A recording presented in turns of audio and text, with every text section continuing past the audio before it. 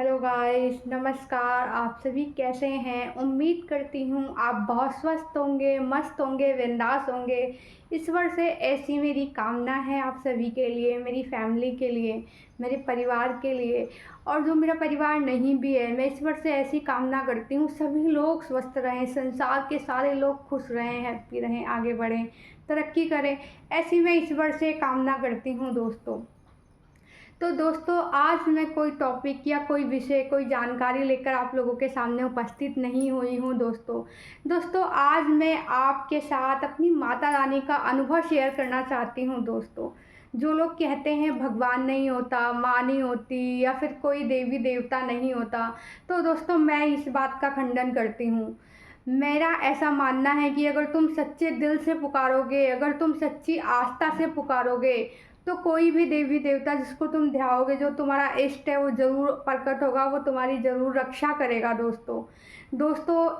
मैं आपसे वो बातें तो नहीं शेयर कर सकती, लेकिन एक समय था जब हम घोर बहुत ही ज़्यादा, कहते हैं ना, घोर विकट घोर संकट, ऐसे संकट में थे दोस्तों, और आगे पीछे कोई दिशा नज़र नहीं आ रही थी।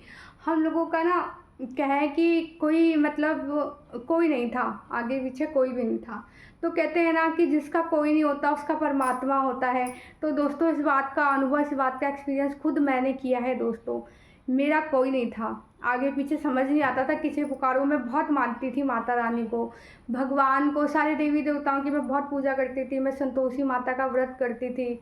मैंने बहुत मतलब उनके व्रत रखे। कहते हैं उनका नियम बहुत कठिन होता है, उनका उनका परहेज होता है, खट्टा नहीं खाना होता। अगर खट्टा गलती से भी खा ले तो माँ भी मतलब बहुत ज़्यादा वो हो जाती है, एकदम क्रोधित हो जाती है, और बहुत ज़्यादा मतलब कि वो करने लगती है, उसका उल्टा रिजल्ट देने लगती है उस व्रत का, अगर नियम से ना करे तो।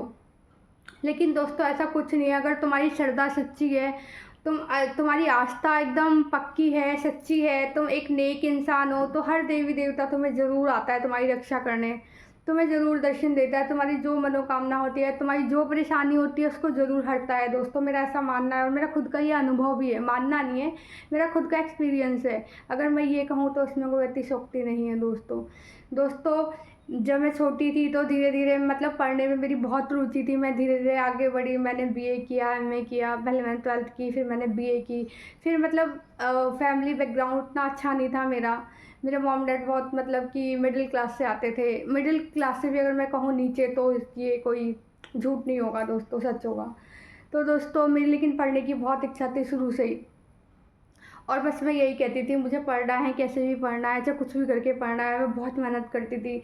मैंने बहुत सारे छोटे मोटे काम किए, जो घरों में माल बनते हैं, सब कुछ बनाया दोस्तों मैंने। लेकिन मैं मतलब खुदा को बहुत ध्याती थी, वो मेरा आराध्य था, वो मेरी माँ थी, मैं बहुत मानती थी।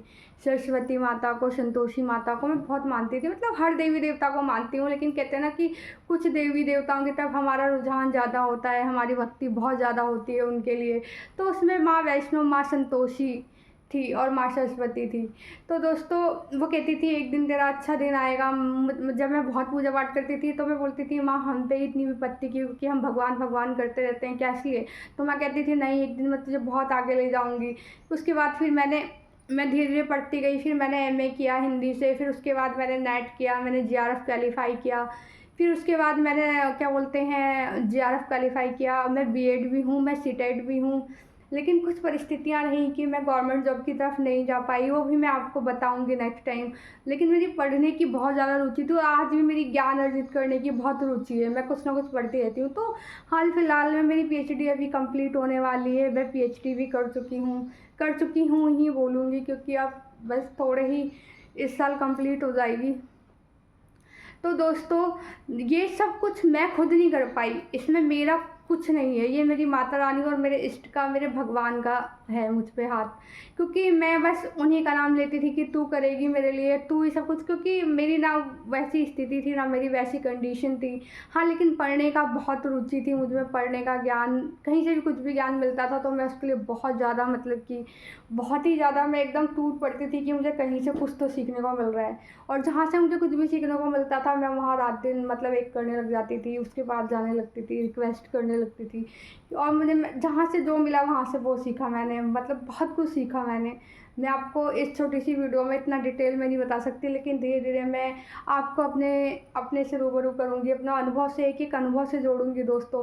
तो फिर धीरे धीरे माता रानी मतलब अंदर से मुझसे बोलने लग गई, नहीं ऐसा होगा, ये चीज़ कर, इसमें आगे जा, ये कर, ऐसा कर। फिर उसके बाद वैसा होता चला गया जैसा बोलती थी, और आज भी जैसा माँ बोलती है मुझे वैसा कुछ कुछ दिन में होता है। हाँ, जैसे 100 बातें बोली तो 100 में से 1-2 नहीं होती है, लेकिन बहुत सारी बातें तो आज भी एकदम वही होती हैं जो मेरे साथ बोला जाता है, जो माता बताती है। तो दोस्तों फिर क्या हुआ कि धीरे धीरे ऐसे ही मैं मतलब आगे बढ़ती गई। पहले तो बहुत संकट था, फिर धीरे धीरे क्या हुआ, माता सपने में दिखने लग गई, मैं तेरी रक्षा करूँगी। मैं बहुत रोती थी, माँ ऐसे संकट में क्यों डाला है, अगर तेरा हाथ है तो क्यों हम ऐसी विकट परिस्थिति में, ऐसे घोर संकट में हम क्यों हैं। तो फिर माता वही परीक्षा ले रही थी, माता को दिखाना था, माता को कुछ अच्छा बनाना था हमें, माता को स्ट्रॉन्ग करना था, हमें मजबूत बनाना था। इसलिए कहते हैं ना कि हर भक्त की परीक्षा हुई, आप उठा के देख लो, प्रहलाद को, राम को, शिवरी को, मतलब जितने भी भक्त हुए हैं ना परमेश्वर के, परमात्मा के, सबको बहुत परीक्षाओं से गुजरना पड़ा है, सबको संकट में ही रहे हैं, लेकिन बाद में भगवान ने उनकी रक्षा की है, भगवान स्वयं प्रकट हुए, भगवान आए। उसी तरह मेरे साथ भी हुआ। तो धीरे धीरे क्या हुआ कि जब इतनी परेशानियाँ बढ़ने लग गई तो फिर हम तब भी नहीं मानते थे। कुछ टाइम तो यकीन होता था हाँ ये बात सही है, माँ सही कह रही है, लेकिन कुछ टाइम बाद फिर लगने लगता था नहीं ऐसा कुछ नहीं होता, अगर होती तो क्या हमारी रक्षा नहीं करती।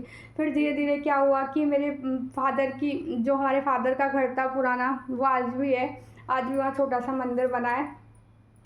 तो माता का ना मुंह निकलने लग गया, सरस्वती माता का, माता अपने रूप में निकलने लग गई। तो फिर सपना आया कि क्या बोलते हैं, तू मेरी पूजा नहीं कर रही, तू मुझे विखंड करती है, तू मुझे मानती नहीं है, हम तेरे घर पे मैं वास करती हूँ, तू मुझे मान, और जो कुछ हो रहा है सब बहुत अच्छा होगा आगे। तो तब भी विश्वास नहीं होता था। तो फिर कह रही देख, जाके देख, बाहर देख कौन बैठा है, कौन निकल रहा है, जाके देख। मैं बैठी हूँ। तो फिर जब हमने ध्यान दिया, धीरे धीरे 1-1.5 साल हो गए, उतना ध्यान नहीं दिया, लेकिन जब 1-1.5 साल बाद देखा तो सरस्वती माता का छोटा सा बिल्कुल मुंह बना हुआ था, बहुत सुंदर।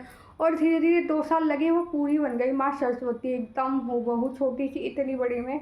लेकिन उन्हें उन्हें उस दीवार पे, बहुत पुरानी दीवार है, 25-30 साल पुरानी दीवार है, उसमें उसको कोई बना नहीं सकता है। कुछ लोग कह रहे ये किसी ने, जो आप देखते हैं वो कहते हैं बनाया होगा, लेकिन हमने तो पूरा निकलते हुए देखा है, हमारी गली वालों ने भी उसको पूरा निकलते हुए देखा है। पहले धीरे धीरे मुंह निकला, फिर धीरे धीरे वो खुद बनती गई और पूरी बन गई। फिर कह रही अब तो यकीन कर। फिर धीरे धीरे हमने देखा कि सारी परिस्थितियाँ हमारे फेवर में होने लग गई, हर बात हमारे फेवर में होने लग गई। धीरे धीरे हमारे हालात बदले, फिर मेरी शादी हुई, एक अच्छे घर में मेरी शादी हुई, एक अच्छे लड़के के लिए मेरा रिश्ता आया दोस्तों। मैंने जितना चाहा था उतना धीरे धीरे मैं पढ़ती गई। ये उस टाइम मैं बीच में थी, मतलब इतनी एजुकेशन नहीं मैंने हासिल की थी उस टाइम में, एक कहते हैं ना मझधार में, तो मैं वहाँ पर थी दोस्तों। धीरे धीरे जब मेरी माता निकली, उन्होंने मेरा साथ, सच में उन्होंने मेरा साथ दिया, वो आज भी मेरे साथ है। आज भी कुछ ऐसी बातें हैं जो अभी मेरे जीवन में इनकम्प्लीट हैं। मुझे विश्वास है मेरी माँ रानी हर चीज़ पूरा करती है। हाँ, थोड़ा वक्त लेती है, अपने भक्तों की थोड़ी परीक्षा लेती है, लेकिन वो ज़रूर पूरा करेगी। वो सब कुछ पूरा कर रही है, मुझे सब कुछ दे रही है। आज मैं जो हूँ अपनी माता रानी की बदौलत हूँ। फिर वो माँ निकल गई, फिर बोली मेरा मंदिर बना, और आज भी वो कहती है दोस्तों कि एक दिन बहुत बड़ा मंदिर यहाँ बनेगा, यहाँ बहुत शक्तियाँ हासिल होंगी। ऐसे बहुत बार वो कह चुकी हैं और कहती रहती हैं आए दिन, आज भी नवरात्रों में या कभी भी जब आती हैं, या हम वहाँ भंडारा करवाते हैं उस मंदिर पे। छोटा सा मंदिर बना रखा है, क्योंकि उतनी तो अभी हमारे पास नहीं है कि हम बहुत बड़ा मंदिर बनवाएं, पर माँ कहती है मैं खुद बनवा लूँगी, मैं खुद दूँगी। तो देखते हैं माँ कब करती है, माँ कब देती है। वैसे माँ ने तो हमारे लिए तो बहुत सारे रास्ते साफ कर दिए हैं। हाँ, कुछ 1-2 विशेष बची हैं जो माँ को पूरी करनी बाकी है। माँ कहती है मैं उनको भी पूरा करूँगी, और माँ ज़रूर करेगी। तो दोस्तों यकीन मानिए, जिनके जीवन में बाधाएं आती हैं, और जो बहुत नेक इंसान होता है, बहुत सच्चे दिल का इंसान होता है, दुनिया उसे कितना भी सता ले, लेकिन एक दिन वो बहुत आगे जाता है, वो बहुत चमकता है। चमकने वालों को ही अगर विरोध हो रहा है ज़िंदगी में उनका, तो समझ लेना कि तुम सही दिशा में चल रहे हो, तुम आगे बढ़ रहे हो। अगर विरोध ना हो तो कहीं ना कहीं कुछ ना कुछ तो गड़बड़ है दोस्तों। तो ये होती है भगवान की शक्ति, ये होती है भगवान की आस्था। भगवान के मानने वाले को कोई कितना सता ले। हमें बहुत लोग सताने आए, लेकिन सब उल्टे मुँह गिर गए दोस्तों। सबने जो मेरा बुरा चाहा था वो उनके लोगों के घरों में खुद हुआ। इसलिए कहते हैं ना, नेक दिल वालों को कभी सताना नहीं चाहिए, क्योंकि मैंने तो मान लिया था मेरा कोई नहीं है, मेरा परमेश्वर है, मेरा परमात्मा है, और वो मुझे ज़रूर बचाएगा। जाएगा। मैं आज भी उन्हीं पे ही विश्वास करती हूँ, आज भी मेरा घमंड उन्हीं पे ही है। जबकि मेरे आगे पीछे आज बहुत लिंक है, बहुत कुछ है। आज उन्होंने, उनकी कृपा से मैं सब कुछ कर सकती हूँ, सब कुछ है मेरे पास। लेकिन मैं कहती हूँ मैं कुछ नहीं हूँ करने वाली, मेरी माँ है, जो कुछ है उसका है, मेरा कुछ नहीं है। मैं आज भी यही कहती हूँ, मेरा कुछ नहीं है, ये मेरी देवी का है, ये मेरे परमात्मा का है, ये मेरे इष्ट का है दोस्तों। तो दोस्तों, आपको ये जानकारी कैसी लगी, आपको मेरा ये अनुभव कैसा लगा? आगे मेरे बहुत अनुभव हैं, एक एक करके मैं उनसे जोड़ूंगी, एक एक करके नई जानकारियाँ लाऊंगी, नए ईश्वरीय शक्तियाँ, दैविक शक्तियों से आपको रूबरू करवाऊंगी दोस्तों। तो दोस्तों, मेरा वीडियो आपको कैसा लगता है? मेरे चैनल को लाइक करें, मेरे वीडियो को लाइक करें, चैनल को सब्सक्राइब करें और बेल आइकन को प्रेस करना ना भूलें दोस्तों। तब तक के लिए नमस्कार, मिलती हूँ एक और वीडियो में एक नई जानकारी के साथ।